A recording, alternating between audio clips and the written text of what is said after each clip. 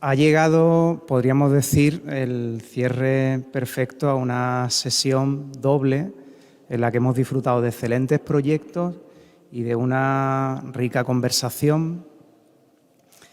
Yo creo que este es uno de esos momentos que uno espera con verdadera ilusión en una vida académica, ¿no? El turno me ha correspondido a mí en el reparto de papeles del día de hoy de presentar a un maestro, ¿no? Al maestro Emilio Tuñón. Veréis, en la web de la Bienal tenéis el currículum vitae de Emilio Tuñón.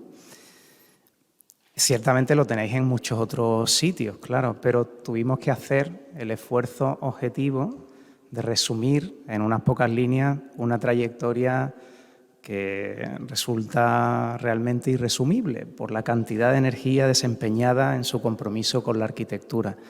Así que entre las tareas difíciles que conlleva la dirección de una bienal estaba resumir el currículum de Emilio Tuñón en unas pocas líneas. Fue difícil hacerlo, porque son muchos los méritos. Yo creo que la mayoría de vosotros conocéis de sobra su trayectoria, pero como felizmente hay también estudiantes jóvenes, quizá de los primeros cursos en la sala, nos parece en nuestro rigor de profesores adecuado hacerlo. Él es catedrático de proyectos en la Escuela de Arquitectura de Madrid, ha sido docente reconocido en universidades de prestigio, Princeton, Harvard, Lausanne, Frankfurt. Ha desempeñado una trayectoria profesional en sus inicios como colaborador del estudio Rafael Moneo, sobre todo desde el año 92, en compañía de su excelente compañero y amigo, el añorado arquitecto y profesor Luis Moreno Mansilla, y desde el año 2012 forma parte del estudio Tuñón y Albornoz, ejerce la práctica profesional con el arquitecto Carlos Martínez de Albornoz. Yo creo que las obras de Emilio son suficientemente destacadas porque han sido publicadas en diversos medios. Bueno, conocemos la trayectoria que desempeñó con Luis Moreno Mansilla, pues los dos proyectos en León, el Museo de Castellón, el Museo de Zamora. Más recientemente, la Galería Elga de Alvear, la Casa de Piedra o el edificio, podríamos decirlo del momento, el Museo de las Colecciones Reales de Madrid. Emilio tiene, por otra parte, todos los premios que puede tener un arquitecto español. Es el vigente Premio Nacional de Arquitectura, ha sido premio Mies van der Rohe, tiene el RIBA International Fellowship. Bueno, yo creo que teníamos muy claro como directores de la Bienal que nuestra primera carta, cuando fuimos elegidos para encontrar a alguien que se prestase a formar parte de nuestro jurado, iba a ser a Emilio, y así lo hicimos y aceptó muy gustosamente. Así que quizás en la figura de Emilio simbolizamos, además de su trayectoria indiscutible, el referente de un jurado de prestigio que nos ha ayudado, ha jugado un papel indispensable en esta Bienal para seleccionar los proyectos que hoy finalmente estamos contando. Ya digo que son muchos los méritos y eso haría difícil resumir en un currículum de unas pocas líneas la figura de Emilio. Y a esa dificultad nos enfrentamos en la web, pero veréis, hay algo que evidentemente no podemos hacer desde la objetividad, desde la asepsia de una página web, pero que ahora sí que toca. Yo voy a hablar en nombre de los tres, porque esto es un sentimiento compartido. Por Emilio Tuñón tenemos verdadero cariño, verdadera admiración. Yo diría, como en esa película de José Luis Cuerda, ¿no?, de Amanece que no es poco, cuando alguien menta a Faulkner y dice, bueno, es que en este pueblo tenemos verdadera devoción por Faulkner. Nosotros tenemos verdadera devoción por Emilio. Hace unas horas evocaba Juanjo la historia sentimental que nos une como estudiantes a esta sala, a este antiguo convento, porque aquí hemos escuchado, tenemos ese recuerdo imborrable, a excelentes conferenciantes. Por aquí pasaron Luis y Emilio y recordamos todavía las excelentes conferencias que aquí dieron. Pero ahora hablo a título personal, seguramente Juanjo y María tendrían como otras historias simultáneas. Me acuerdo muy bien de la primera vez que escuché a Emilio conferenciar, era en un curso de verano en el Escorial. Claro, tenéis que entender, las nuevas generaciones, que entonces peregrinábamos como fan para escuchar a los arquitectos de los que nos hablaban. No había YouTube, lógicamente. Y escuché a Emilio dar aquella conferencia y quedé prendado por la capacidad de incardinar la arquitectura construida con una narración seductora que envolvía a la audiencia, como envolvía también su arquitectura. Me parecía que todo cobraba pleno sentido, preocupaciones que uno tenía Y bueno, como las ilusiones que tenía de estudiante habían visto en ese momento como una suerte de epifanía, ¿no?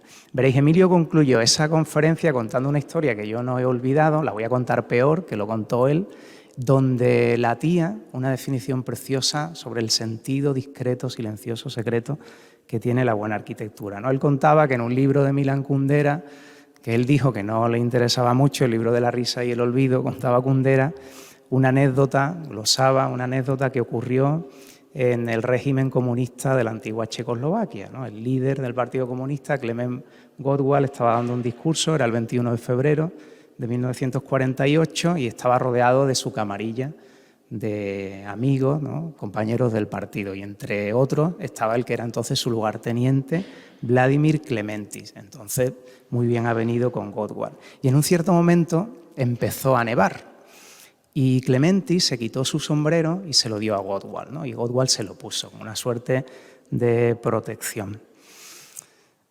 Fijaos, se hace este chiste en los regímenes comunistas, que, bueno, quizá conectado con el tema del medio plazo podría ser así.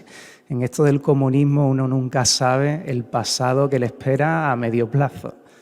Pasó el tiempo y resulta que Klementis cayó en desgracia, lo acusaron de traición, se inventaron un pasado que seguramente sería falso, lo purgaron y finalmente fue ejecutado.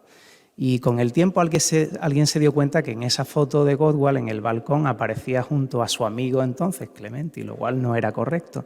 Y borraron el rastro, con aquel Photoshop a la antigua del régimen, de Klementis. Pero, decía Emilio, el gorro de Klementis seguía allí. Gottwald seguía con el gorro puesto.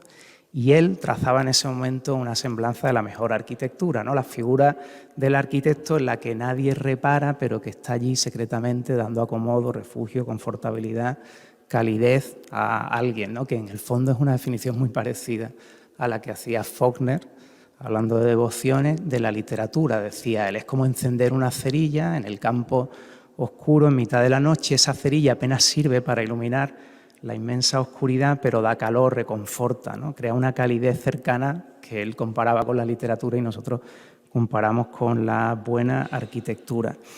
Emilio suele repetir mucho algo que a nosotros continuamente nos mueve al interrogante permanente sobre el proceso con el que los proyectos suceden y que seguramente nos moverá hoy a preguntarnos a propósito del proyecto que nos va a contar, ¿no? Kundera decía que es obligación de un autor esconder la primera frase con la que secretamente ha empezado un libro y que la obligación del buen lector es tratar de descubrir cuál era esa frase. Así que haremos este ejercicio nuevamente contigo, Emilio, seguiremos aprendiendo. Bienvenido, maestro, muchas gracias por acompañarnos.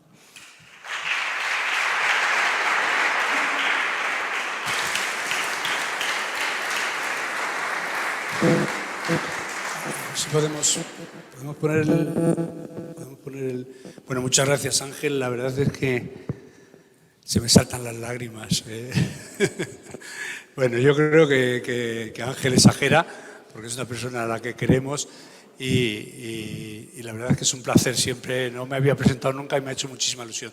Muchas gracias también a María y a Juanjo por haberme invitado los tres a estar en la Bienal y bueno, y sobre todo muchas gracias también a la gente que viene hoy a esta primera conferencia, que a las 8 de la tarde, 8:30, pues ya es un poco rollo escuchar cosas de arquitectura, ¿no? Voy a contar este proyecto, que es un proyecto de Mansilla y Tuñón, que es la Galería de las Colecciones Reales. En su momento no se llamaba Galería de las Colecciones Reales, sino se llamaba Museo de las Colecciones Reales, ¿no?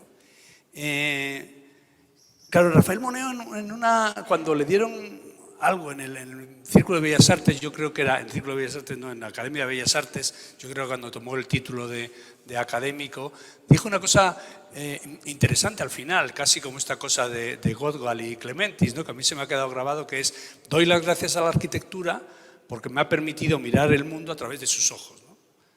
Claro, realmente cuando Rafael Moneo dice eso, está hablando de que miramos la arquitectura, los arquitectos, los estudiantes, tenemos la oportunidad de mirar la arquitectura a través de los ojos, de mirar el mundo a través de los ojos de la arquitectura, ¿no? Que es algo tremendamente hermoso, porque convierte la arquitectura en un modo de conocimiento, una forma de conocimiento, ¿no?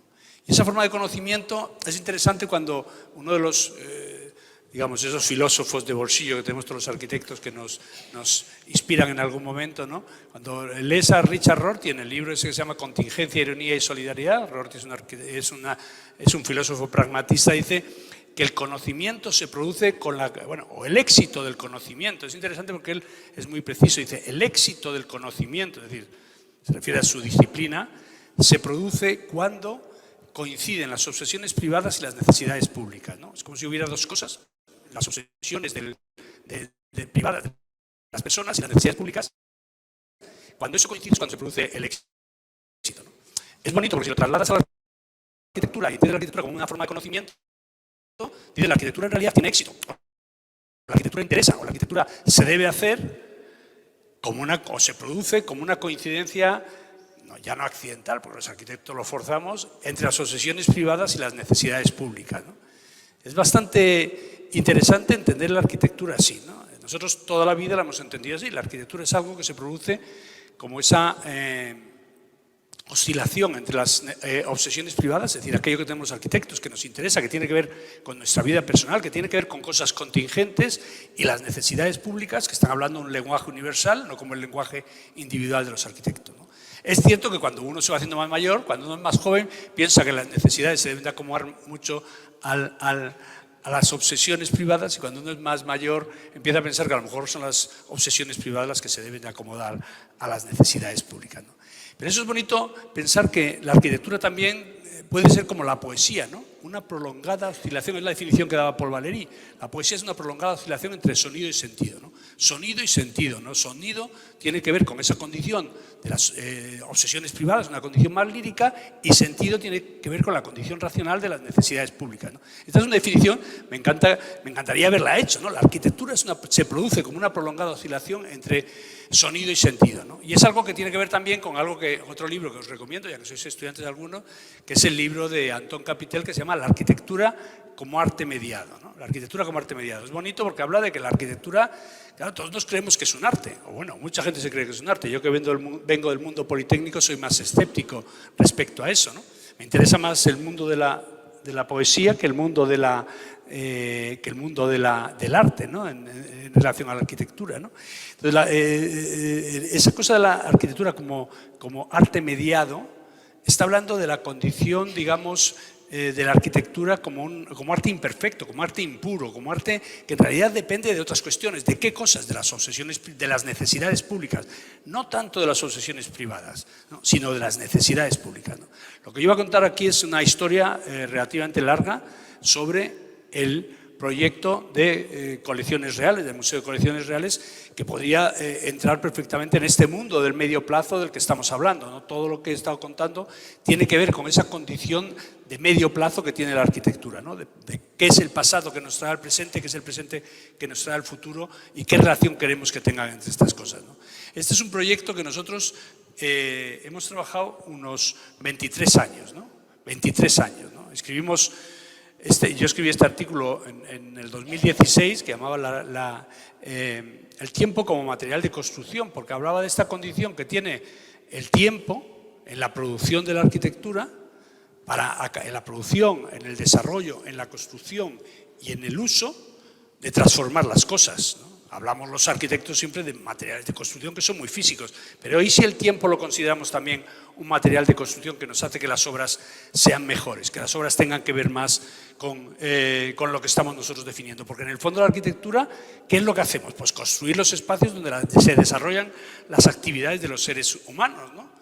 Y en el fondo podríamos decir a la definición vitruviana, pero a mí me parece mucho más interesante pensar que los arquitectos lo que hacemos es construir esos espacios donde ocurren las cosas de los seres humanos, y las acciones de los seres humanos están ligadas al tiempo directamente, más que al espacio, ¿no? El espacio acaba siendo intrascendente muchas veces, ¿no? Pero el tiempo no, y el tiempo es lo que acaba tallando muchos edificios, y en este caso trataré de explicarlo, ¿no? Este es el Palacio Real, que es en el fondo el edificio donde empieza todo, ¿no? Es un edificio que se hace en 1738 y se acaba, porque se van haciendo muchas cosas, en 1905. O sea, pensemos la cantidad de arquitectos que han estado trabajando ahí y que han estado, digamos, transformando ese espacio, ¿no? Pero antes tendría yo que hablar de dónde está situado. A ver si consigo el puntero. No va al puntero. Vale, pues venga, me vengo aquí. O sea, nosotros tenemos aquí el río Manzanares, ¿no? En realidad hay una plataforma, para los que no son bueno, yo creo que nadie es de Madrid aquí, o sea que en realidad para explicaros un poquito Madrid, está el río Manzanares, aquí había una plataforma, aquí había una meseta con unos desnivel de unos 30 metros desde esta meseta cae para acá y ya va hacia el río, ¿no? Y en ese punto donde está el Palacio Real, que está ahí situado, es donde se sitúa en el origen de Madrid una pequeña fortificación hispano-musulmana, ¿no? Este es el primer plano que se dibuja de Madrid, que es de Frédéric de Witt, y que ya es la Alcazaba, ya es el Alcázar, no es la Alcazaba, ¿no? Ahí se construye una pequeña construcción hispano-musulmana en tiempos de Mohamed I, que era el hijo de Abderramán II, para que nos hagamos una idea. Abderramán I construye la mezquita de Córdoba, Abderramán II ya toca algo, Mohamed I construye esta pequeña fortificación porque ya habían llegado hasta Madrid y querían controlar la Sierra de Guadarrama, ¿no? Hay algo aquí que no te gusta. Ahí, venga. Yo lo intento colocar, pero no lo he conseguido. A ver ahí, ahora va mejor. ¿Se oye? Venga, fenomenal. Bueno, entonces ahí está la fortificación esa hispano-musulmana que está en una plataforma tratando de controlar la sierra y tratando de controlar lo que era todo el valle del río Manzanares. A partir de esa plataforma empieza a crecer Madrid en diferentes... la primera está la fortificación hispano-musulmana, luego está la muralla hispano-musulmana, luego está la muralla medieval cristiana y luego van creciendo las distintas cercas de Madrid, ¿no? Es impresionante pensar que Madrid lo puedes explicar no tanto por sus calles, sino por este plano. Yo creo que es el plano para mí más bonito de Madrid, ¿no? Es un plano que habla de cómo es Madrid en su crecimiento por cercas, ¿no?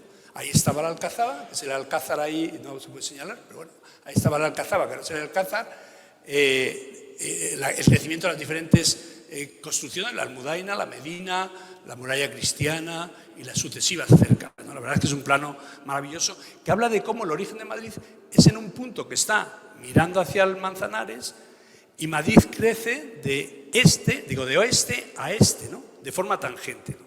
No es, normalmente tenemos las ciudades que crecen circularmente, de forma concéntrica desde un punto, ¿no? En realidad Madrid tiene esta cosa bonita de que como está el río, crecen a partir de ese punto concéntricamente, pero tangente a ese punto, ¿no? Se van produciendo siempre a ese punto. Si tuvieras un plano de Madrid, es impresionante porque ves una especie de forma de haba o algo así, donde está el Palacio Real, y se produce como un punto de tangencia, ¿no? Es decir, que donde estaba la Alcazaba, donde estaba el Palacio Hispano-Musulmán, donde estaba la fortificación hispano-musulmana, que es el origen de Madrid, es un punto tangente de todo Madrid. Es decir, es el origen de Madrid, pero en el fondo acaba siendo también el final, en cierto sentido. Bueno, en ese punto, allí arriba vemos la Alcazaba, ya se ve el Alcázar, ¿no? Transformado de la Alcazaba. Se coge la Alcazaba, se le pone unas cubiertitas, pero en el fondo reconocemos una arquitectura hispano-musulmana, ¿no? Y tiene que venir, esto empieza a crecer de forma más o menos casual, y tiene que venir ya Felipe II cuando ya construyen, hacen la capitalidad en Madrid y deciden que la villa esa, el Villorrio, porque era un pequeño Villorrio en mitad de la nada, ¿no? Deciden que esta es la capital de Madrid y entonces llaman a los Gómez de Mora, primero al padre y luego al hijo, para construir esa fachada, que es una fachada que se estructura, como veis, a partir de una serie de columnas, ¿no? Que establecen un ritmo vertical, con un sistema de repetición y con unas ciertas alteraciones en donde están los torreones y donde está la puerta, ¿no? Es un sistema seriado de repetición que tiene unos puntos singulares, ¿no? Es bastante bonito porque en realidad es una arquitectura herreriana, pero que tiene esta condición, digamos, de construir todo un espacio, esta gran plaza de armas, teniendo detrás ese alcázar y esa alcazaba que había sido bastante, digamos, de un crecimiento bastante complejo a lo largo del tiempo, ¿no? Cuando cambia la dinastía y llega Felipe V primero, bueno, todos sabemos lo que pasa, pues, las guerras con Portugal, Cataluña, todos los líos que tiene, ¿no? Él viene, y cuando ya al final de su vida ya está cansado, él vuelve a añorar el mundo francés, el mundo del barroco francés, de una estructura, de una cierta, ¿no? Porque él está viviendo ahí en una especie de desastre, que había una alcazaba, que había luego un alcázar, que luego lo han crecido, que luego lo han hecho no sé qué, le han puesto una fachada para ver si quedaba bien, y ya, o sea, es un lío, ¿no? Y él, en 1735, en la Nochebuena del 1735, el alcázar se prende fuego, ¿no? He de deciros que por la mañana salen la mayoría de las obras de arte que estaban en el alcázar, ¿eh? Por la mañana se quitan del alcázar y luego se prende fuego, ¿no? Realmente, bueno, yo no entro en cuestiones de la historia, pero bueno, siguen los historiadores discutiendo si fue fortuito o no. Porque él lo que quería era construir un gran palacio barroco. Entonces llama al mejor arquitecto de la época, ¿no? Es como si llamaran al arquitecto del Star System de ahora, ¿no? No voy a poner nombres, pero lo podéis imaginar, ¿no? Y entonces Felipe V llama al mejor arquitecto, que es Yubarra. Y Yubarra llega allí, llega a Madrid y dice, ¿qué hay que hacer? Dice, un palacio real, aquí. Y dice, ¿ahí? Entonces ve un alcázar, una alcazaba, un desnivel de 30 metros, una fachada añadida, un lío horroroso. Dice, yo no hago aquí un palacio barroco, yo necesito un plano horizontal. ¿Por qué no lo hacemos en los Altos de San Bernardino, que es la zona de Moncloa, ¿no? Y entonces él quiere llevar todo su palacio real allí y hace este dibujo, este proyecto, no es este dibujo, este proyecto completo para hacer ese palacio real barroco francés con 3 patios, bueno, francés, italiano, francés, pero con esos 3 patios y el patio de armas, ¿no? Que es una pieza de una cierta dimensión, ¿no? Entonces Felipe V no está de acuerdo, entonces Filipo Yubarra y Felipe V se tiran 2 años discutiendo hasta que Filipo Yubarra muere, ¿no? Yo siempre le digo a mis estudiantes que tienen que pensar, ¿no? Si quieren llevar la contraria a los clientes, ¿no? Pues llevar la contraria a los clientes ya saben lo que pasa, ¿no? Entonces, claro, de repente se encuentran que llevan 2 años tratando de hacer un palacio y nada, no ha salido, ¿no? Y entonces, de repente dicen, oye, ¿qué hacemos? Que llamen al ayudante de Yubarra, que no llamen a otro del Star System, que llamen a un tío local. Y entonces llamaron a Sacchetti, que era una persona de origen también italiano, pero ya españolizado totalmente. Y entonces Sacchetti, que era el discípulo de Yubarra, coge este cuadrado de aquí, el cuadrado de este patio principal, lo convierte en simétrico, coge esta iconografía, digamos, de columnas, la repite y hace un palacio. También Sacchetti debía ser muy listo, se dio cuenta que no había dinero, ¿no? Querían hacer un gran palacio, pero no había dinero. Entonces, de ese cacharrazo que quería construir Yubarra, Sacchetti construye este pequeño edificio, ¿no? Que es un edificio con la planta más pequeña es Palacio Real con la planta más pequeña, pero probablemente el que tiene más metros cuadrados de toda Europa, ¿no? ¿Por qué? Pues porque en realidad aprovecha los 30 metros de desnivel y hace 5 plantas hacia abajo y luego hace otras 5 hacia arriba, ¿no? Entonces, Sacchetti lo que plantea es esta estructura con este sistema de rampas que dan desde la parte alta de la ciudad a la parte baja y con un crecimiento natural. Lo que construye es la zona roja, pero con un crecimiento natural hacia el sur. Es decir, lo que está diciendo es, no tenemos dinero, vamos a hacer una cosa pequeña, pero si tuviéramos dinero algún día tendríamos que hacer ese crecimiento natural del Palacio Real hacia el sur, ¿no? Eso es lo que plantea Sacchetti, ¿no? La verdad es que en la vida hay que decidir qué arquitecto quiere ser uno, ¿no? Ese arquitecto como Yubarra, ¿no? Que en realidad dice, no me dejan hacer lo que yo quiero hacer, es que los clientes, es que no sé qué, ¿no? O ese otro arquitecto que dice, ¿qué hay que hacer? Esto, pues lo hago lo mejor que puedo, ¿no? Porque realmente Sacchetti, que ha sido muy despreciado durante muchos años, ahora sin embargo dentro del mundo de la arquitectura y de la historia está considerado como un grandísimo arquitecto que supo hacer, que en realidad lo que era un pragmatista. Bueno, aquí se ve un poco la sucesión. Sacchetti construye aquel palacio, plantea las rampas, plantea el crecimiento natural del Palacio Real hacia el sur. Sabatini construye ya un ala y a la vez se va construyendo más o menos el sistema de rampas. Y hay un momento en que Segarra y Repullés en el siglo XIX construyen estas 2 alas, ¿no?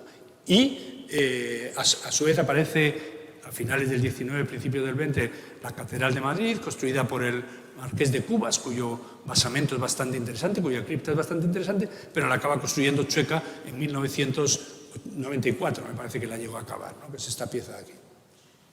Y aparece la última pieza, que es el museo, lo que se llamaba el Museo de Colecciones Reales, que completa este edificio, ¿no? ¿Qué es lo que, por lo tanto, cuando a mí me preguntan qué es el Museo de Colecciones Reales, yo digo, el Museo de Colecciones Reales, la mejor definición que tiene es decir, es la extensión natural del Palacio Real hacia el sur, siguiendo la traza de Sacchetti en el ala oeste. Porque el ala este no podíamos, porque estaba la catedral y ya no se podía construir, ¿no? En realidad eso es lo que es este edificio. Esa es la explicación más rápida que se puede dar a este edificio.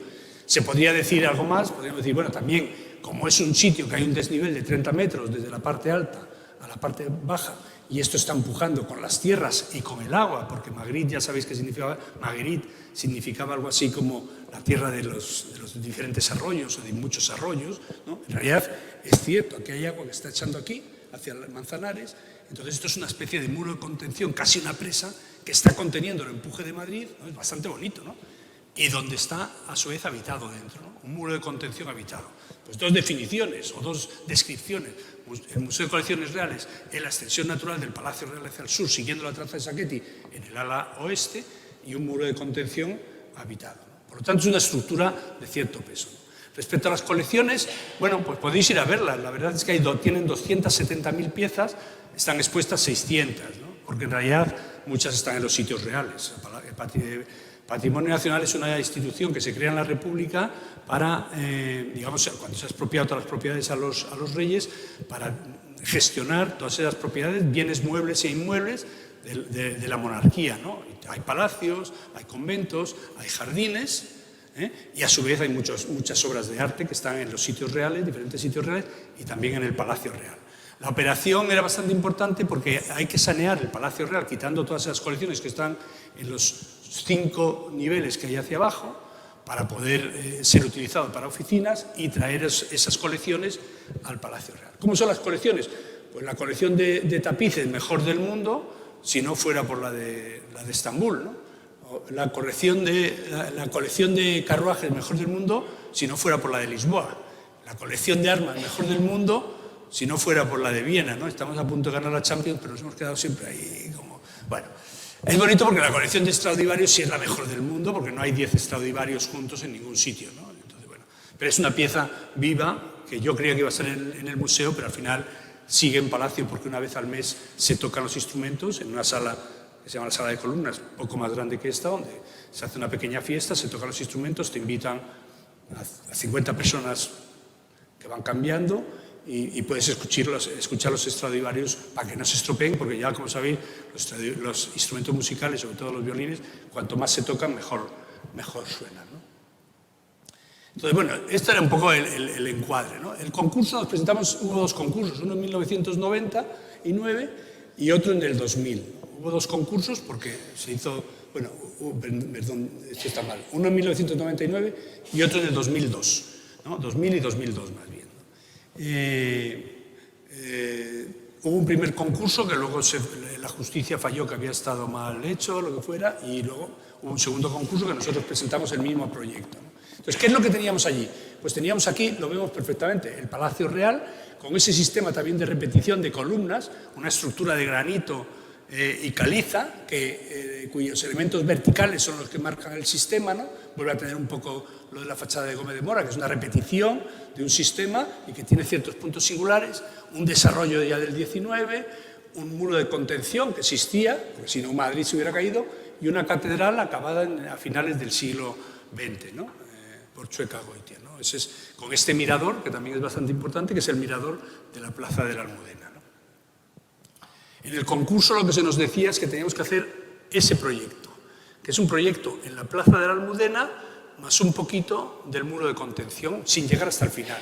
Y nosotros en el primer concurso de 1999, bueno, 2000, lo que dijimos es que esto era una tontería, usar este espacio, porque ahí debajo iba a aparecer la muralla de Madrid y que lo que había que hacer era seguir las trazas de Sacchetti y llegar hasta el final para completar de una vez por todas ese punto de Madrid, ¿no? Medio nos descalificaron en el primer concurso y en el segundo concurso, que presentamos lo mismo, pues lo ganamos. Este es el primer croquis que hicimos en 1999, que es interesante porque manifiesta un poco todas estas obsesiones que tienen los arquitectos, ¿no? Pues en el fondo nosotros pensamos que lo que había que hacer era rematar esa cornisa de Madrid con una pieza que tapara o que sirviera de basamento para la catedral, pero que estableciera un sistema de continuidades con lo existente. Un sistema de continuidades que tendría que ver con diferentes cuestiones, como veremos ahora, ¿no? Que son, en principio, siguiendo las trazas de Sacchetti. La primera cuestión, trazas, vamos a seguir las mismas trazas de Sacchetti. Segunda cuestión, vamos a utilizar los mismos materiales, ¿no? Vínculos materiales. El granito de aquí es el mismo granito que vamos a usar aquí. La piedra caliza que hay allí. Aquí vamos a hacer unos hormigones blancos con caliza para que se conecten. El sistema de ventanas de librillo también lo utilizaremos aquí, etcétera, ¿no? Y luego una condición compositiva, ¿no? De esta estructura vertical. Nosotros también lo vamos a componer de una forma vertical, aunque el periodo digamos, del sistema va a ser más corto. De tal manera que al hacer un periodo más corto hacemos un objeto más abstracto, ¿no? Aquello sería una arquitectura figurativa, en términos de arquitectura. Cuando vea una persona que no sabe arquitectura dice, ¿por qué decís que eso es arquitectura figurativa? Es una arquitectura figurativa y esto querría ser una arquitectura más abstracta, ¿no? Establecida a partir de la repetición de elementos verticales, pero con un periodo más corto.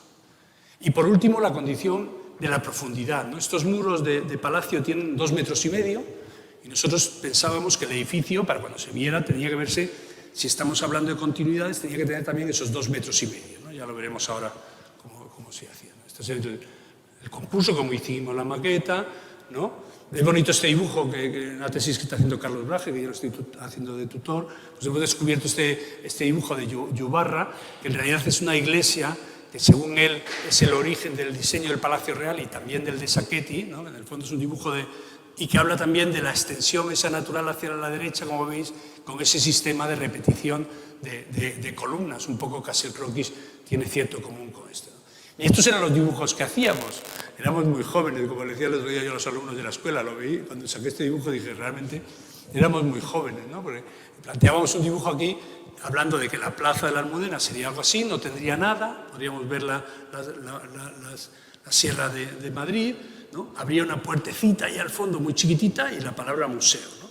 Y nada más. Eso es lo que nosotros queríamos que se viera del edificio, porque nosotros pensamos que había que hacer un edificio muy pequeño por fuera y muy grande por dentro, ¿no? Es una regla de oro de la arquitectura, ¿no? Cuando tú vas a ver el Panteón es relativamente pequeño en términos urbanos y cuando entras dentro no te creas que ese espacio cabe dentro, ¿no? Pues queríamos hacer esa especie de broma a Rafael Moneo, porque fue el primero que nos lo hizo ver. Dice, la buena arquitectura, Emilio, es pequeña por fuera y grande por dentro. Son de estas cosas que se dicen, él se habrá olvidado, yo me quedo con eso y me parece hasta un chiste divertido, ¿no?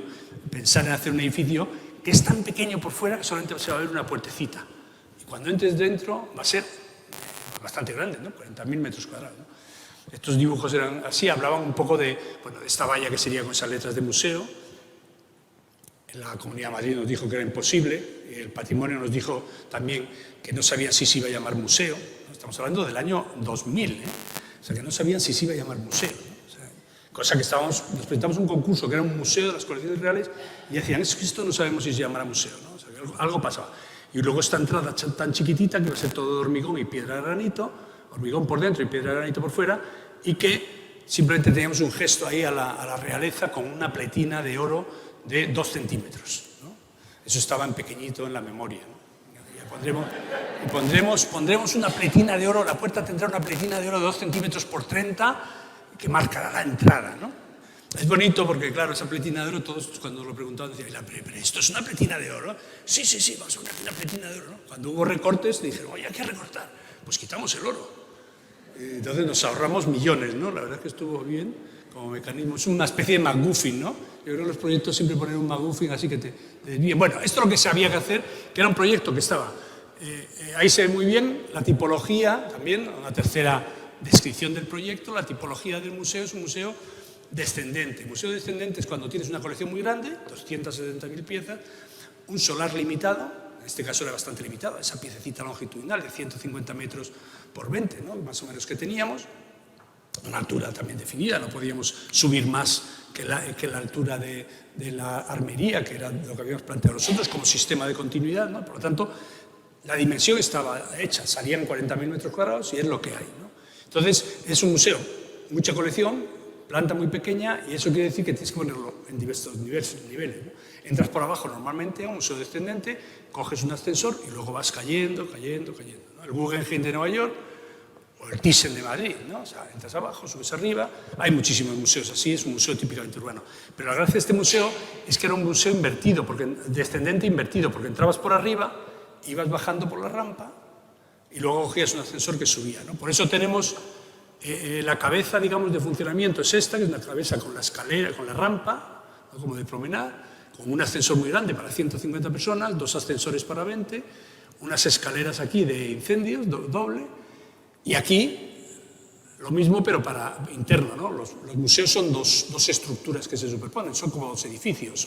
Además, este edificio es facilísimo, hay 20.000 metros cuadrados de edificio público y 20.000 metros cuadrados de edificio interno, ¿no? Que se maclan con este ascensor que es de circulación interna y esta escalera, ¿no? 2 escaleras, por lo tanto, de incendios, 100 metros más o menos de distancia, por lo tanto hay que poner una en medio, que es la escalera, la tercera escalera de evacuación, ¿no? Y ese es explicado, ya queda así el proyecto, ¿no? Simplemente aquí se puede ver el grosor de la fachada de los 2,5 metros, que nosotros lo íbamos a hacer con un sistema de dobles pilares, un pilar de granito por fuera y un pilar de hormigón por dentro.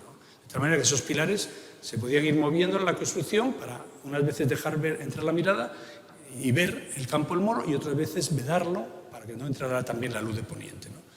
Dicho esto, está implicado el proyecto, no hay mucho más. Estos dibujos así tan naif de aquella época que son divertidos. Ese es el vestíbulo. La verdad es que ahora cuando se ve el vestíbulo es bastante bonito que ocurre exactamente esto, ¿no? Esta cosa de las rayas. Si vais al atardecer siempre hay esas rayas en el vestíbulo, que son así, aunque no sea así el vestíbulo, ¿no? 3 plantas, una de tapices, era como un museo de tapices, otra de carruajes y entre medias una de arte suntuario. Había pintura, pasamanería, temas de fuentes, platos, muebles, cuadros, etcétera, ¿no? Todo lo que sería un arte decorativo, en cierto sentido, pero de la realeza, ¿no? Eran 3 museos, ¿no? Este los visitarían, el de tapices lo visitarían súper especialistas, porque ver 80 tapices uno detrás de otro, cualquier persona normal muere, ¿no? Este lo verían las personas mayores, que iríamos allá a ver, oye, qué bonito el plato este, mira qué plato, qué tal, qué centro de mesa, ¿no? Y esto lo visitarían los niños, los carruajes. Yo lo veía perfectamente, eran 3 museos estupendos, ¿no? Uno encima de otro, ¿no? Y era el concepto que teníamos. Abajo estaba el almacén y hay incluso un almacén, un garaje para los coches que también son parte de las colecciones reales, ¿no? Y estos dibujos, ¿no? Pues a veces con Le Corbusier pensando un poco cómo sería esto, cómo serían los restos arqueológicos que los dejábamos ahí, los restos arqueológicos de esas ruinas, de esos restos que nosotros pensábamos que iban a aparecer ahí y que por eso dijimos que no se podía hacer el museo ahí, pensamos que estarían ahí, que se integrarían como parte de la colección, entendiendo que cuando hablas de las colecciones reales, el resto de la muralla hispano-musulmana o el resto del alcázar hispano-musulmán es también parte de la historia de la monarquía, en el fondo, ¿no? Que en el fondo, bueno, no lo he dicho, pero Felipe V era lo que decía, dice, yo quiero estar aquí. Cuando Ibarra decía que se fueran al otro lado, decía, no, yo quiero estar aquí, donde han estado los Austrias y donde han estado los reyes moros, ¿no? O sea, es una cosa curiosa, ¿no? O sea, en realidad él tenía un empeño por estar ahí, por esa relación de la monarquía con los ancestros, ¿no? Bueno, la planta de carruajes, etcétera, no voy a enrollarme mucho, ¿no? Así que en el 2002 se repitió el concurso, lo ganamos, hicimos en esos 3 años el proyecto de ejecución.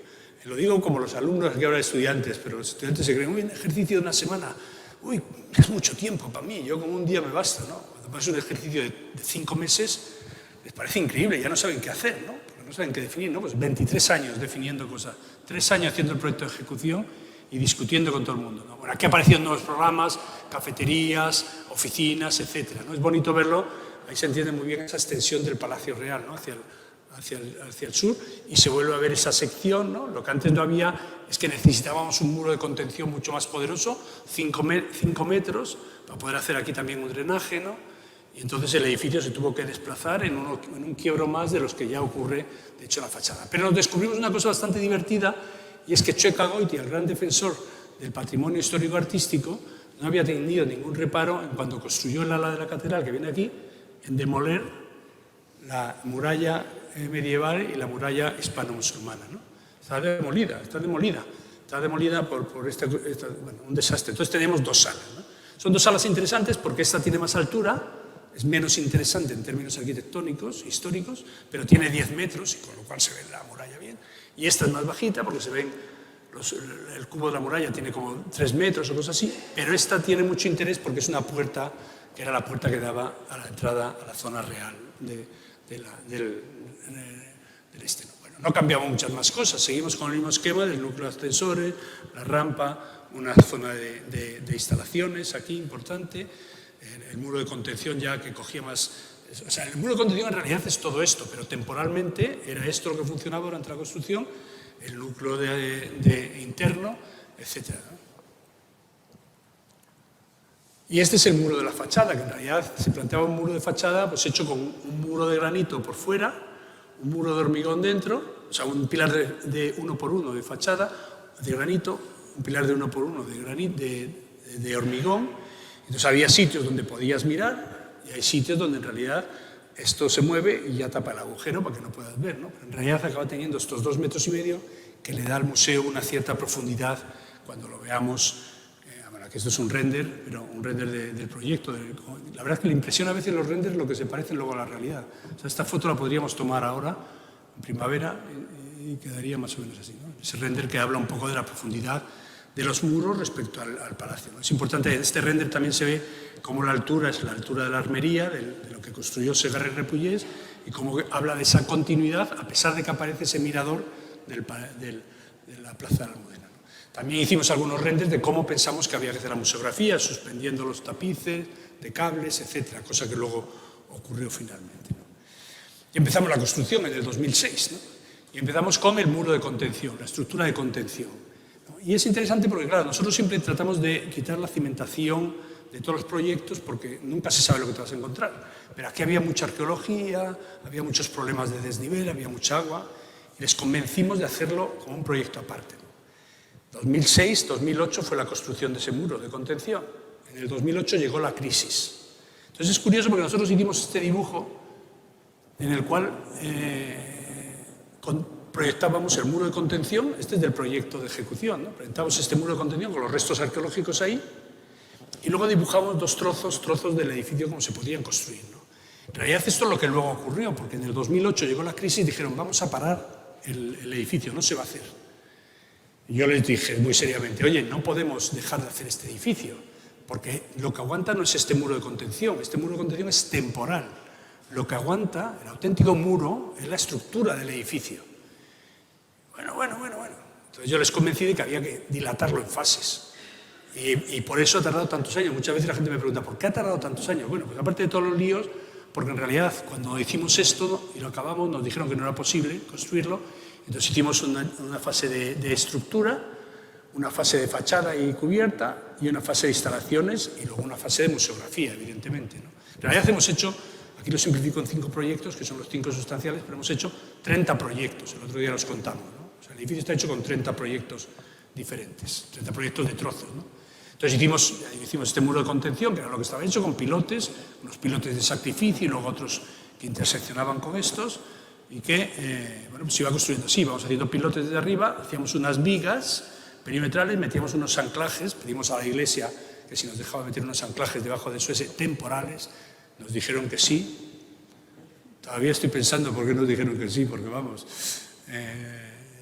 o sea, me impresiona que alguien deje que debajo de su edificio metas esos cables, tensamos, es bastante bonito ver. Claro, aquí hay este señor, por ejemplo, que este es un vienés que vino a poner los cables, porque era el tío, bueno, ese muro de contención más grande que se ha hecho en España, 30 metros de altura, con anclajes temporales, y este señor era un súper especialista de esto, venía de Viena, ahí era un hipster, que venía ahí a colocar sus cables perfectamente, ¿no? El tío. No, pero es bonito pensar en las personas. Yo estoy contando el proyecto aquí, y en realidad este proyecto no es mío, este proyecto primero que éramos 2, ahora soy 1, ¿no? Había estado Luis Mansilla, que falleció hace 11 años, pero este es un proyecto 100% Mansilla y Tuñón. Pero no somos 2, somos en realidad toda la gente del estudio que ha trabajado, que somos unas 20 personas, pero también los ingenieros de todo tipo, habremos sido 100 personas, pero en realidad en el patrimonio también habrán sido otras 100 personas, y los constructores habrán sido unos 2.000, ¿no? Por lo tanto, es bonito ver cómo la arquitectura, que los arquitectos nos pensamos que es nuestra, no sé si lo saben los alumnos o los estudiantes, pero los edificios durante la construcción son de los constructores. Ni la propiedad ni el arquitecto tiene propiedad sobre lo que se está haciendo, ¿eh? Entonces, en realidad, nosotros pensamos que los arquitectos somos los que hacemos las cosas, pero en realidad no somos nada más que una pieza más de la cadena. La arquitectura es algo que hacemos las personas, con las personas, para las personas. Y esto se desarrolla a lo largo del tiempo. Las personas somos esos equipos que estamos desarrollando, sea en patrimonio, sea en el ayuntamiento, sean los arquitectos, sea quien sea. Con las personas que son los constructores, los consulting, y para las personas que son los que lo van a usar. Es mucho más importante entender que un edificio que no se usa, un edificio que está vacío, como lo vamos a ver ahora, no tiene nada que ver con un edificio que está lleno, que también lo vamos a ver, ¿no? Bueno, aquí vemos el muro de contención, aquí es cuando me dijeron que no tenían dinero y que lo íbamos a dejar así, ¿no? Entonces yo realmente lo veía, eso es la catedral, eso que veis ahí arriba, o sea, a 30 metros de altura, ¿no? Me tiré un mes sin dormir. Yo creo que hablé con todo el mundo en Madrid que no se podía parar el proyecto, que no se podía parar, que eso era una barbaridad. Pero también es ese momento que dices, ¿y yo para qué me he metido en este concurso? Con lo bien que estoy haciendo una casita de vez en cuando y tal, no sé qué, ¿no? ¿Qué hago yo aquí con esto, no? Porque esto además se movía, ¿no? 1 centímetro, se ha movido de 1 centímetro, no, parece que vuelve al sitio. Tal. Esto se movía con la temperatura. Cuando le daba el sol, se iba para allá, y cuando hacía frío, se venía para acá. Bueno, bestial. Realmente sigo pensando, cuando veo esta foto, que por qué me metí en este asunto. Entre medias apareció la arqueología, que tuvimos unos arqueólogos, ya se veía aquí que iba a aparecer mucho, ¿no? Se ven aquí estos fortificaciones, estos cuarteles extramuros, ¿no? Y está el Palacio Real, no estaba acabado lo de Segre-Repullés, no estaba acabada, empezada la catedral, y se veía que allí iban a aparecer unos cuarteles del siglo XIX. Lo que se pensaba que iba a aparecer fundamentalmente era esta muralla, que luego no apareció entera, ¿no? Pero en realidad esto sí estaba medianamente documentado. Pero lo que acabó apareciendo fue esto, ¿no? O sea, en realidad nosotros estamos haciendo ese muro asustados, pensando por qué nos habíamos metido en este lío, y los arqueólogos estaban haciendo este nido de ratas, ¿no? O sea, excava por aquí, mira, esto es de Felipe II, que es muy interesante, no, me voy a meter por aquí porque hay no sé qué, ahora entro por aquí. O sea, como realmente los arqueólogos los dejan solos y empiezan a excavar por todos sitios, ¿no? Y ahí los vemos, ¿no? O aquí, por ejemplo, era interesante, porque esto es la catedral, y entonces este punto es tan importante porque iba a aparecer aquí una puerta que empezaron a meterse por debajo de la catedral, ¿no? Empezaron a excavar debajo de la catedral, que digo, bueno, ¿pero qué hacéis? O sea, unas grietas en la catedral. Claro, cuando aparecieron las grietas, se decía que los arqueólogos desaparecieron y solamente nos quedamos los arquitectos, que lo sepáis. Bueno, aquí esto es bonito porque, claro, se ve a este señor, a mí me encanta pensar, estamos nosotros, todos los que estamos ahí, estamos en ese desnivel con 30 metros de pilotes, no, allá abajo. Nosotros somos ahora los que estamos construyendo, y aquí hay un tío a 20 metros de altura que está con un papelito, quitándole el polvo a una pieza de cerámica así, y dibujando un poquito los restos arqueológicos, ¿no? Son como dos mundos, ¿no? ¿Dónde está la arquitectura, no? La arquitectura está en esa cosa infraestructural de unos pilotes de 30 metros metiéndose ahí en la tierra y excavando y tal, no sé qué, o está en esta cosa de un tío casi con una escala, ¿no? de estudiante ahí, quitando un poquito el polvo, ¿no? Lo más bonito de la arquitectura es que en realidad se comporta según la ley de las leyes de Boyle-Marriott, ¿no? O sea, que ocupa la totalidad del espacio, del tiempo y del volumen, ¿no? Uno puede encargarle una caseta de perro para la casa de su tío, que puede estar un año dedicado a eso al 100%, ¿no? Incluso puede ser tan bonito que esa caseta de perro puede tener más arquitectura que un rascacielos, ¿no?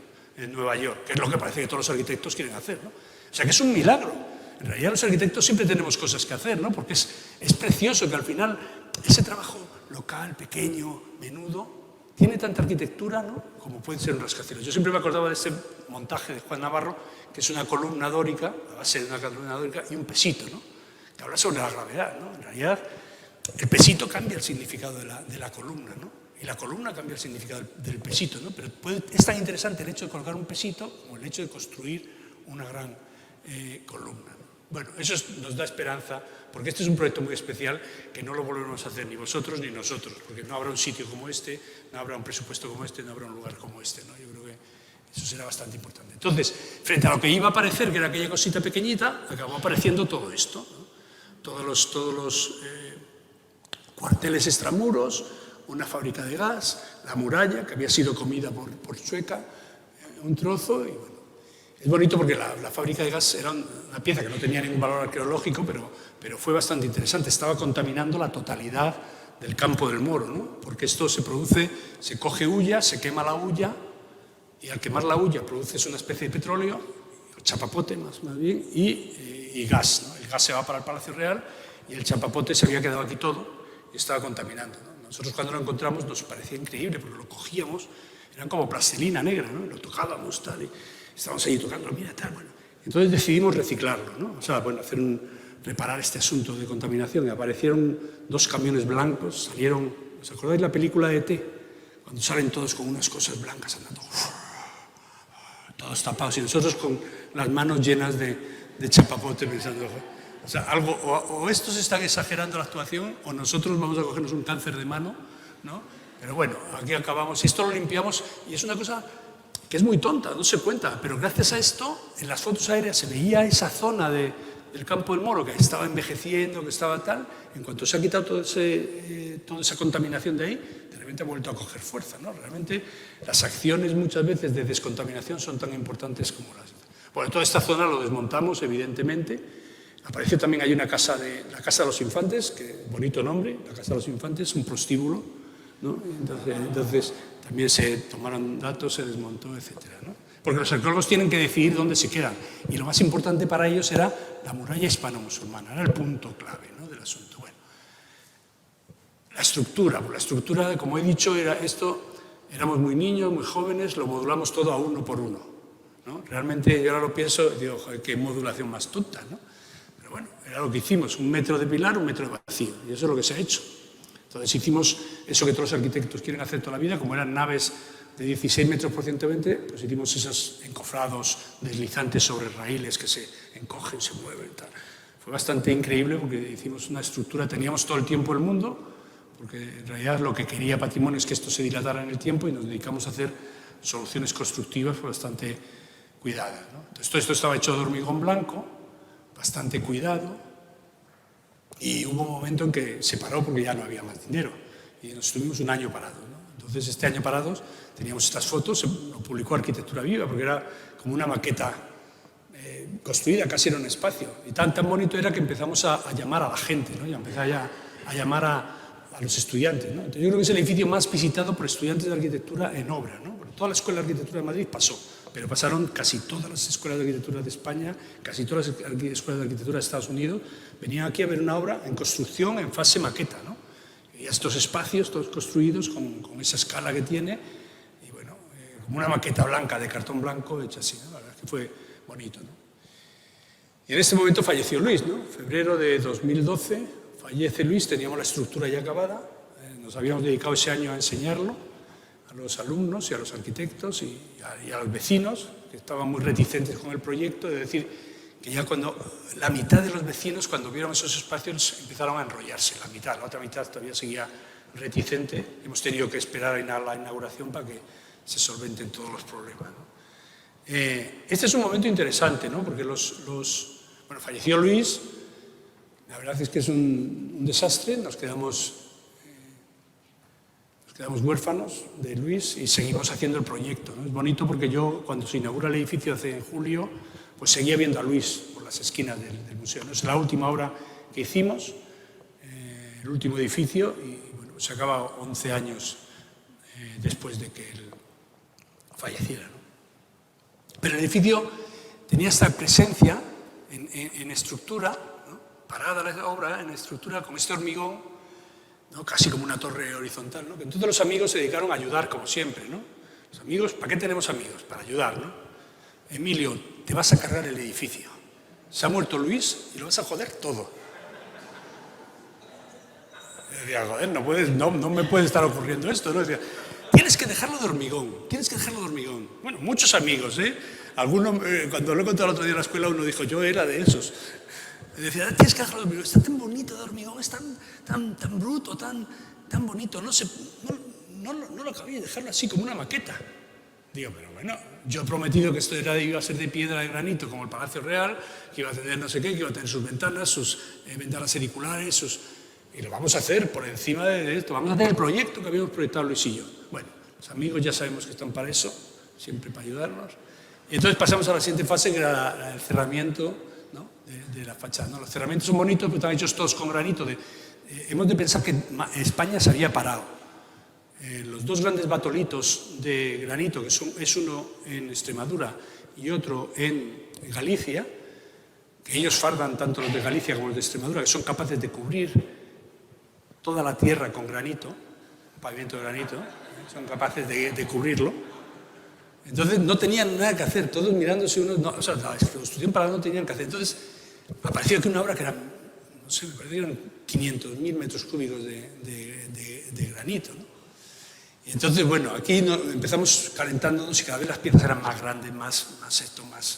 Bueno, todo está hecho con granito, dimensiones mínimas de 20 centímetros de grueso, y todas las fachadas, todas las cubiertas están hechas de fundición de aluminio.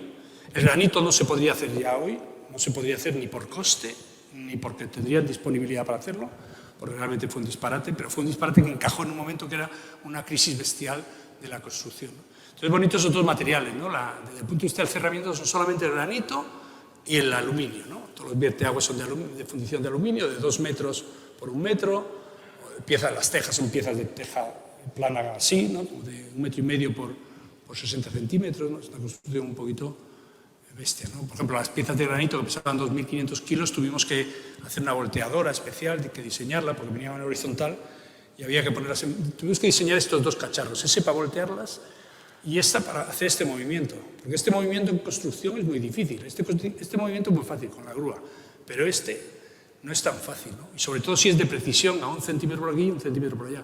Es como una pesa romana, ¿no?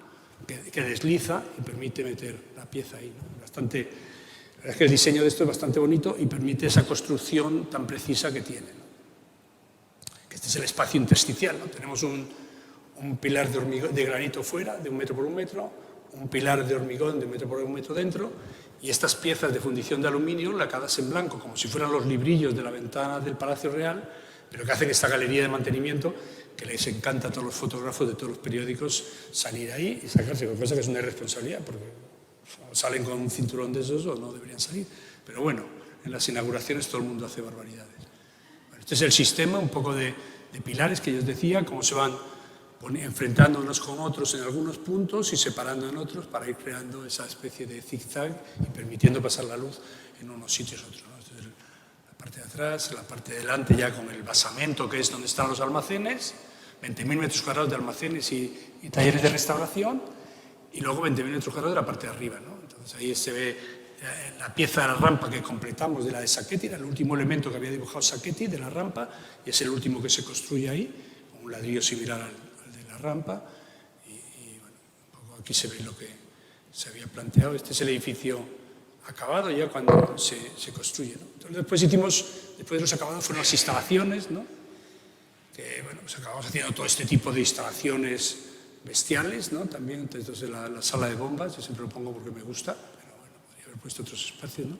Y ya lo que es el recorrido de uso, ¿no? Esa sería la puerta que tenía la pletina de oro, que ahora no la tiene, ahí estaría la letra museo, este es el desplazamiento que se produjo por el movimiento del muro de contención, y este es el edificio vacío. Vamos a ver lo vacío, que en realidad tiene esta cosa bonita de ver cómo es un edificio del siglo XXI al lado de uno del siglo XX, ¿no? Y cómo en este eje justamente, que es un patio de instalaciones, es donde está la muralla, ¿no? Se ve muy bien ese corte entre lo que es intramuros y extramuros. En realidad, este edificio es un edificio extramuros, ¿no? Bueno, el vestíbulo, vamos a ver un poquito las tiendas, la zona de tiendas, el sistema estructural, ¿no? Con los pilares de 1 metro por 1 metro, las vigas de 1 metro por 1 metro. Este es el retorno. Las instalaciones van entre las dos vigas, hay un falso techo de 30 centímetros, que van todos los sistemas de iluminación, aire, megafonía, redes, etc. O sea, en realidad pero siempre se percibe como continuo casi. Y bueno, pues, al bajar por la rampa, esa sería la rampa donde bajaríamos, vemos los dos restos arqueológicos y esta sería la primera galería. Bajamos por esta rampa de granito, como veis hay piezas. También son piezas de 2 metros por 15 por 1 metro, ¿no? Son talladitas en la parte superior, bastante cuidadas. La verdad es que llegó un momento en que era más barato poner una barandilla de granito que una de un tubo de acero. O sea, lo digo en serio, no sé por qué, pero esta barandilla era mucho más cara que aquella, por ejemplo. Muchísimo más cara. Bueno, los vestíbulos de la entrada y la sala, ¿no? Esta es lo que sería una sala, la sala más grande, que era la sala que iba a ser para los tapices, ¿no? Tapices de 8 metros de altura, una sala de 8 metros, tiene esta cosa infraestructural, ¿no? Como el Palacio Real, de unas salas con una estructura de pilares y de vigas. Las vigas son tan gruesas con tantos elementos porque estamos aguantando el empuje, ¿no? Y por lo tanto funcionan también como elementos horizontales a compresión, aparte de flexión, ¿no? Y tiene esta cosa de esa mezcla entre infraestructura, como le pasa al Palacio Real, y una escala doméstica de casa, ¿no? El Palacio Real tiene una cosa muy curiosa, es que es una gran infraestructura de poder, pero en el fondo es una casa donde vive gente, y tiene sus ventanitas con sus contraventanas. Entonces, esa doble cosa de la infraestructura y lo doméstico es bastante emocionante del Palacio Real, y aquí lo llevamos un poco hasta las últimas consecuencias con este juego de las ventanas ediculares, ¿no? Ahí se ve el Palacio Real un poco, el sistema. Y luego pasamos a los restos arqueológicos, ¿no? Que este es el punto más alto de los restos arqueológicos, 9 metros de altura. Aquí tenemos una losa. Esto es una losa que fuimos poniendo los pilares donde el arqueólogo nos dejaba, ¿no? Entonces, hay muy poquitos pilares, tienen luces de 20 metros, y Entonces hicimos una losa para que resistiera el camión de bomberos encima, por arriba está la plaza de la Almudena, ¿no? Y para que resistiera el camión de bomberos y el tanque, que se llama, el tanque es el empuje horizontal, pues nos salió una losa de 2 metros, ¿no? Entonces lo replanteamos y tenía que cortar 25 centímetros ahí arriba. Llamé a la Dirección General de Patrimonio de Cultura, oye, mira, soy Emilio Tumión, voy a cortar 30 centímetros ahí arriba porque no me cabe la losa. Dice, como toques un solo ladrillo, te mando a la Guardia Civil y duermes en el cuartelillo. Digo, no me has entendido bien, yo no era eso lo que te estaba diciendo. Entonces la tuvimos que recalcular e hicimos una losa postesada, ¿no? Es una losa postesada de 1,5 metros, con luces de 20 metros, la verdad que es una machada estructuralmente.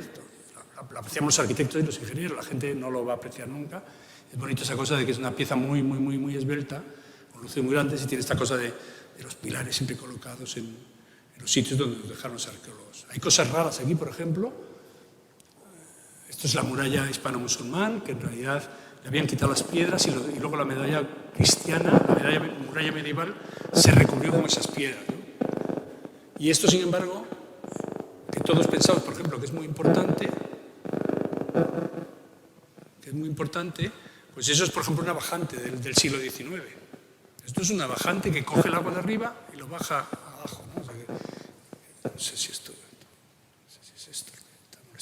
Bueno, perdonar, sigo para adelante. Esta sería la planta siguiente, no nos vamos a enrollar. Ahí se macla ya con la rampa, ¿no? Con la rampa de Sacchetti, por eso la ventana pasa de un tamaño mayor a uno menor.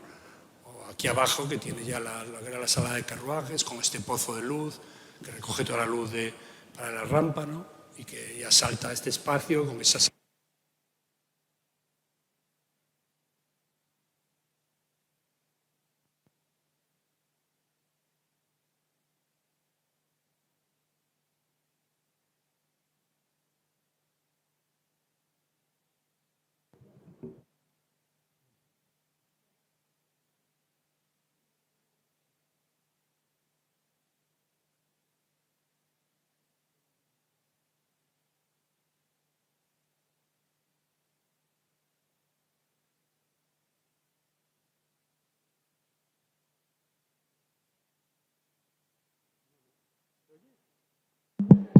Ahora sí.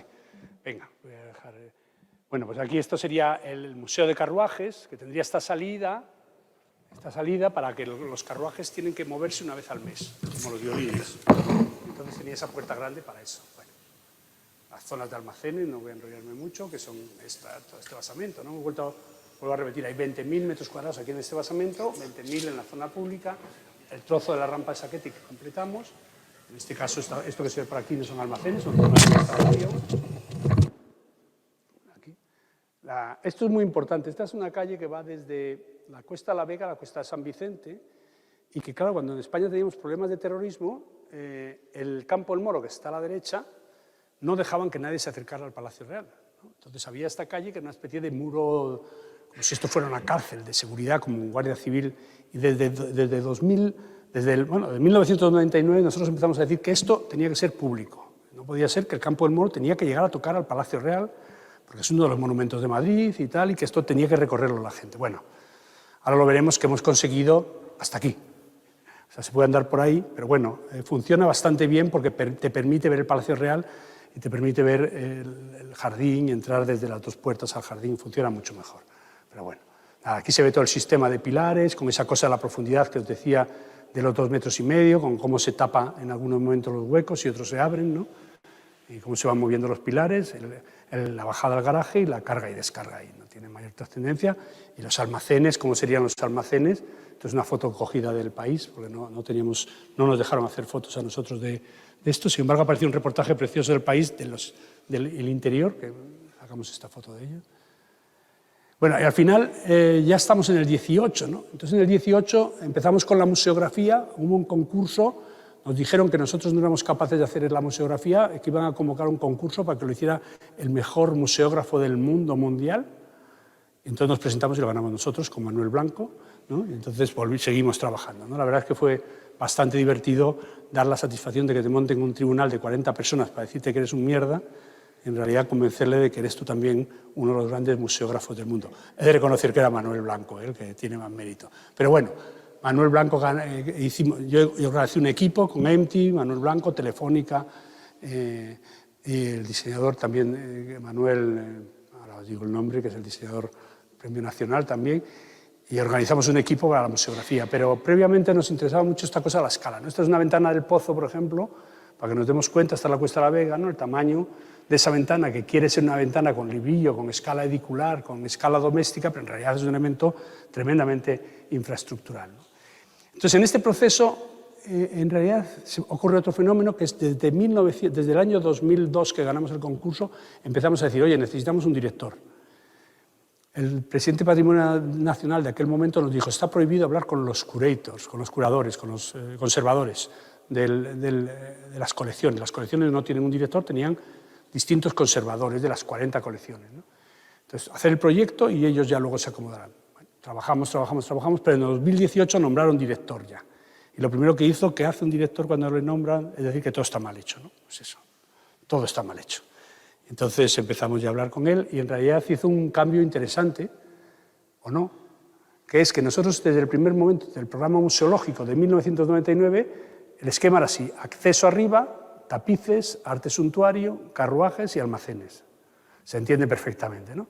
Y a partir del momento que nombran al museólogo en 2018, él dice que hay que hacer cambiar el razonamiento, no hacer 3 museos apilados, es decir, todo el proyecto está hecho para 3 museos apilados, que va a tener una cosa descendente invertida, que va a ser todo lo que ya os he contado. En este momento se dice, no, ahora esto va a tener una exposición temporal, lineal, en la cual va a ser una única exposición, vamos a gastar 2 plantas para esa exposición, que habla de la monarquía como coleccionista y mecenas. Y entonces empezamos Trastamaras y Austrias en la planta que antes era tapices, Borbones en la planta que antes era arte suntuario y exposiciones temporales en la zona donde hacía carruajes, ¿no? Bueno, la verdad es que es divertido porque yo les dije, esto es un disparate, poner exposiciones temporales aquí, porque si la gente entra por aquí, les haces cruzarse para una inauguración de una exposición temporal, vas a cruzarte con la gente que está en la exposición normal. Bueno, pues como todo tiene solución, dijeron, pues nada, hacemos otra puerta por abajo. Y entonces hemos hecho otra puerta por abajo, ¿no? Entonces ahora es un museo es un museo descendente invertido si entras por arriba y descendente si entras por abajo, o sea, lo tiene todo. Todos pensamos que casa con 2 puertas malas de guardar, pero en realidad luego funciona muy bien, da mucha diversidad al museo, es bastante interesante. Cuesta más porque necesitas más guardias, ¿no? Pero bueno. Y entonces nos pidieron una escalera, ¿no? O sea, si vamos a entrar por esta calle, que ya la veis que ahora ya se puede entrar, que está arreglada. Esta es la calle peatonal donde se puede circular, es decir, la gente puede estar hasta ahí, donde está esta persona, no aquí, pero puede llegar aquí, entrar por este lado y subir por esta nueva escalera o este ascensor y entrar por abajo. La verdad es que es interesante. Aquí se ven muy bien los maclajes del edificio con las rampas que había diseñado Sacchetti, ¿no? Y la completación de todo el sistema, ¿no? Entonces, bueno, aquí aparece otra vez esa condición de estratos, ¿no? Que se va superponiendo la rampa, la escalera de acceso con el ascensor, con la plataforma que hay detrás, con la rampa de ladrillo y con el museo, ¿no? Tiene esa superposición de estratos que viene de la construcción de este último proyecto, que se empieza en el 2018 y se acaba en el 23. Es decir, que yo sí puedo decir que empecé a trabajar en el 1999 y acabé en julio de 2023 con esta obra. Y a su vez me integré en la museografía, ¿no? Que la museografía tenía pues una primera cosa que fue el cambio de nombre. Cambio de nombre deseado desde el principio. Ya os dije, en el 1999 nos dijeron, no podéis poner las letras de museo porque igual no se llama así. Entonces salió un concurso para un nombrador, para poner nombre. Hay unas personas que se llaman nombradores, os lo digo por si queréis dedicaros, todavía estáis a tiempos. Entonces ponen nombres a las cosas, la verdad es que es increíble. 30.000 euros el concurso del nombrador. Fernando Beltrán, que es un poeta bastante interesante, decidió que en vez de llamarse Museo de las Colecciones Reales, se llamaría Galería de las Colecciones Reales. El término está muy bien puesto, porque es en realidad una estructura lineal, ¿no? Que da poniente, que se protege, que tiene esa condición también de referencia a las galerías de coleccionista, ¿no? Que es un poco el origen de los museos. Por lo tanto, a mí me parece que está muy acertado, ¿no? Te impresiona, ¿no? Te impresiona. Yo digo, joder, lo que me hubiera gustado ser nombrador, ¿no? Y dedicarme a decir, esto se va a llamar silla, ¿no? Esto se va a llamar tal. Y luego Manuel Estrada, que es nuestro diseñador gráfico, que lo metimos en el equipo, que hizo el logo, ¿no? El logo es también bastante importante. Son cosas importantísimas, ¿no? Pues lo mismo, dijo, ¿se va a llamar galería? Pues una G minúscula, ¿no? No crees que es una tontería, porque la G no es mayúscula. Si habla de una G mayúscula, habrá de una gran galería, de una... No quiere ser tan pretencioso. Esto es una G minúscula con la corona real, ¿no? Porque habla de patrimonio nacional. Pero es una G minúscula, por lo tanto está hablando de un museo que quiere ser una galería, es decir, un poquito más discreto, que complementa al Palacio Real, que es una estructura no... Aunque sea un museo construido ex novo, que es muy raro, no hay museos construidos ex novo en Europa. Nosotros, en nuestra trayectoria, hemos construido 2 museos ex novo, el Museo de Zamora y el Museo de Colecciones Reales, que es rarísimo. En Europa no se hace esto. En Dubái sí. En Dubái y en los países árabes sí, pero en Europa no, en el mundo occidental no ocurre, ¿no? Entonces, bueno, es bonito todo este proceso de nombrarlo, de hacer un logo, tal, que tiene también parte del... Estoy contando toda la historia. Y esto es una cosa muy bonita, que la plaza, cuando ya acabamos el edificio, empezaron a decir, pues, lo voy a contar porque no me importa. Oye, esto es muy bueno, esto del mirador, desde aquí ahora se ve todo, ¿no? Se ve toda la Guadarrama, se ve el río, se ve un poco el crecimiento de Madrid, eso que hemos dicho de que este es un punto tangente, toda esa cosa que he explicado se ve muy bien ahí, pero dicen, lo digo porque lo tengo que decir, aquí al lado está el viaducto, que tiene unos arcos, donde se suicidaba la gente en Madrid. Y entonces han puesto unos cristales para que la gente no se suicide. Y dicen los de patrimonio, ¿y si los que no se suicidan allí vienen a suicidarse aquí? ¿No? Lo digo porque estas cosas hay que pensarlas. Conclusión, que me pidieron que diseñara una reja. Yo empecé a diseñarla y al final acabó haciendo Luis Pérez de Prada, que es un arquitecto de Málaga. Bueno, estuvo mucho tiempo, yo creo que es de Madrid, pero estuvo mucho tiempo en Málaga. Y acabó haciendo esta reja que sigue el patrón de la reja original, pero que produce un espacio bastante bonito, ¿no? Al final de la plaza de la Almudena aparece esta membrana que construye esa separación entre lo que es la plaza con su circulación de turistas, de la iglesia, del Palacio Real, y este punto que es la gente que ya va propiamente al mirador, ¿no? Yo creo que es muy, muy interesante ese espacio. Yo creo que es un espacio, aquí se ve muy bien, ¿no? Realmente el mirador está todo el día todo el mundo mirando, que es una actitud bastante buena porque es barata, se puede hacer y da cosas muy interesantes, ¿no?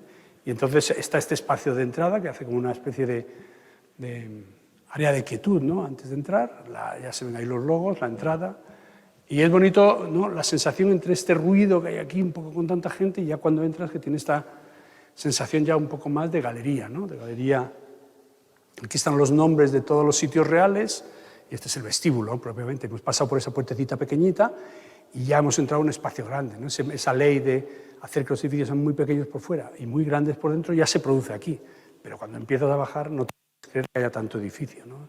De las partes que dan más sorpresa. Aquí se ve el eje de entrada que acaba mirando por aquella ventana a la cornisa de Madrid, ¿no? Está la tienda, aquí está la cornisa de Madrid con el seminario, ¿no? Y entiende la topografía de Madrid, eso de la meseta, se entiende fenomenal ahí en ese punto. Y luego se empieza a bajar por la rampa, ¿no? Se está aquí se trata de reflejar toda la altura de la rampa, me parece que hay o sea, que son 30 metros, es el único punto de todo el museo que miras desde arriba y eres consciente que hay 30 metros de altura, ¿no? Se va recorriendo con estos paneles un poco introductores, la gran ventana edicular que hemos visto en el exterior, ¿no? que construye el pozo de luz, ¿no? Y ya la entrada a los Austrias, que empieza por Churriguera, con estas 4 columnas. Les tengo yo especial cariño porque nosotros toda la obra hemos estado entrando por Palacio, bajando por la escalera de Incógnito, pasando por un almacén que hay abajo y nos encontramos siempre estas 4 columnas tiradas en el suelo negras. Todo el mundo decíamos, ¿por qué no ponemos estas 4 piezas en el museo? No, es una mierda, son 4 columnas que no valen nada. Hasta que alguien dijo, son de Churriguera. Entonces ya están de entrada, son maravillosas. Hacen la entrada un poco del conjunto, luego está ya Trastamara, ¿no? Muy bonito la parte de los Trastamara, con la reina Isabel, el capacete, digamos, el tapiz de la Natividad, los Juan de Flandes, ahora es una pieza, un espacio precioso. O ya Carlos V, con la armadura Mulver, o el Atlante, ya empieza a tener esta cosa. Es bonito verlo con gente, ¿no? Es más bonito verlo con gente, porque eso que os decía yo de que la arquitectura es algo hecho por la gente, con la gente, para la gente, ¿no?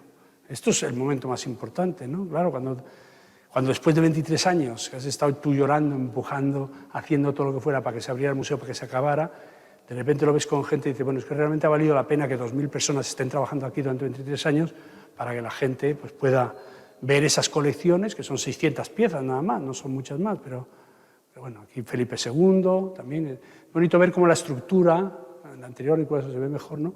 Cómo la estructura, que también los amigos decían, Emilio, os habéis equivocado, porque una estructura tan potente en un museo se va a comer las piezas, pues luego allí no se comen las piezas. Hemos hecho que bueno, ha hecho Manuel Blanco, que es el museógrafo, pero hemos hecho que toda la estructura está con 35 luxes y esto está con 50, por ejemplo. Entonces, acaba siendo un fondo muy neutro, muy infraestructural, muy poderoso, pero acaba siendo un fondo muy neutro, si lo veis. Están los restos arqueológicos ya musealizados, con uno de los vídeos más bonitos que se ha hecho de Madrid, sobre el origen de Madrid, que explica muy bien la muralla, todo lo que yo os he contado al principio, pero bien, además musealizado, maravilloso. Si vais, buscar media hora para ver ese vídeo, porque es de escándalo. Y la muralla, que yo decía que era la parte más interesante, está solamente musealizada esta, ¿no? Que se ve, esta es prácticamente cimentación, este es un cubo de la muralla que se entraba a la parte más aristocrática, y a mí me gusta mucho ver la estructura que estaba hecha al dictado de los arqueólogos, ¿no? Un poquito más para acá, un poquito más para allá, un poquito. Nosotros llamamos una estructura arqueológica friendly, ¿no? Porque en realidad hacíamos lo que podíamos, ¿no? O sea, no pongas, ponle sí, por aquí, por aquí, por ahí. Al final es una cosa, siempre pensamos en taparla, pero todo el mundo que llega dice, qué bonita estructura. Decimos, pues la dejamos así, ¿no? Ya para qué la vamos a cambiar si a todo el mundo le gusta. Siempre pensamos eso, darle un tratamiento un poco diferente, pero así se ha quedado, ¿no? Hay momentos bonitos como el caballo de Velázquez, que es una pieza secundaria, no tiene mucha importancia, ¿no? Sí, la cosa es la museografía, ¿no? Una pieza de segunda, ¿no? Del taller, se hacían los caballos preparados sin rey para luego poner el rey, ¿no? Es una cosa enigmática, ¿no? De repente hay un vacío ahí, que no está el rey, ¿no? Y está colocada en una postura que se ha convertido en una pieza muy fundamental dentro de la colección, ¿no? Porque también es un momento, ¿no? ¿Hay rey o no hay rey, ¿no? Es una cosa que es bastante enigmática, ¿no? Esa pieza muy bonita. Bueno, os enseño a Bernini, no voy a aburriros. Esta sí me gusta contarla porque esta es la Roldana. Esta es una escultora barroca sevillana. Está de aquí. Entonces esta trabajaba para su padre. Casi todas las obras que firma su padre están hechas por ella. Entonces harta ya ella se casa. Para irse de casa y poder hacer su obra, se casa. ¿Y qué pasó? Que se casa con un ayudante del padre. Y entonces el padre, el marido le vuelve a hacer lo mismo, ¿no? Hace los trabajos ella y los firma el marido, ¿no? Entonces ya harta se acaba tal y firma ya como Roldana. Esta es una de sus primeras obras, que es un San Miguel que está matando al demonio. El San Miguel tiene la cara suya y el demonio es la cara de su marido, para que digan que no hay ideología en el arte barroco, ¿no? Bueno, ahora es una pieza maravillosa, si la vais a ver es de las piezas más bonitas del conjunto, pero también tiene esta fuerza, ¿no? Una persona que ha sufrido tanto y al final ver una pieza de tanta hermosura, ¿no? Como esa, ¿no? Bueno, es muy bonito ver la carroza de Mariana de Habsburgo, ¿no? Que es totalmente barroca, totalmente retorcida, pero negra, porque todavía somos austrias, todavía somos austeros, ¿no? Ya cuando uno los compara con los barrocos, ¿no? Esto ya es la zona barroca, ¿no? Cuando los Borbones, ¿no? Cuando uno ve esta pieza que se llama Desert de las glorias de España, que es un horror, ¿no? O estos Goyas son muy bonitos porque es un tapiz y su cartón, que son simétricos. Lo digo por si no lo sabíais, el cartón y el tapiz nunca son iguales. Yo siempre pensé que eran iguales y son simétricos, siempre, ¿no? Y tienen distintos matices, ¿no? Bueno, Goyas, el famoso Desert, los Goyas, las carruajes de los Borbones, más rebuscados, bajando, Ventura Rodríguez, y la exposición temporal que han hecho abajo, que es una exposición de carruajes. Curiosamente, Manuel Blanco y yo bromeábamos, decíamos, o sea, que tú tenías originariamente arriba tapices, luego arte suntuario y después carruajes. Dice, pues al final casi un 70%, porque la planta de los Borbones es como si fuera arte suntuario, ¿no? La planta de temporales la han montado con carruajes y la planta de los Austrias pues han puesto mucho tapiz, ¿no? En el fondo acaba siendo bastante el original. Pero bueno, esto es bastante bonito porque vuelve a verse muy bien el fondo, cómo funciona el carruaje iluminado con 200 luxes o 150 y el fondo con 35, ¿no? Que acaba siendo un fondo muy neutro, muy infraestructural, pero muy neutro, ¿no? Bueno, prácticamente ya acabo aquí. Hombre, aquí se ve que es muy bonito explicar Madrid así, ¿no? Los que no lo conocéis o los que no sois de Madrid, en el fondo aquí está la alcazaba hispano-musulmana, estaba aquí, ¿no? donde tenía una almudaina, donde aparece la almudena, hasta aquí, o sea, la almudaina venía hasta aquí, y una medina, ¿no? Entonces, de repente, aquí se construye un alcázar cristiano, ¿no? Sobre ese alcázar cristiano se acaba haciendo un palacio, una fachada neoclásica, una fachada herreriana. Y acaba construyéndose allí un palacio de verano, ¿no? O sea, está el palacio de verano y el palacio de invierno, ¿no? El este-oeste, el eje este-oeste en Madrid es el eje monárquico, este-oeste, ¿no? En el este está el palacio de verano, en el oeste está el palacio de invierno. Con la modernidad, en el Prado, se establece el eje moderno, que es el norte-sur, y con la contemporaneidad, el eje que lo circunvala todo, que es la M30, ¿no? Así se explica Madrid. Pero lo más curioso es que Madrid tiene este punto, donde ha crecido siempre tangente. Desde este punto Madrid siempre ha crecido, siempre ha crecido. Por lo tanto, este es el verdadero origen de Madrid. No solo porque sea donde estaba la alcazaba hispano-musulmana, sino que ahí empieza todo. Se ve en la tangencialidad, es el origen de Madrid, ¿no? Y al final también es en el fondo el final, ¿no?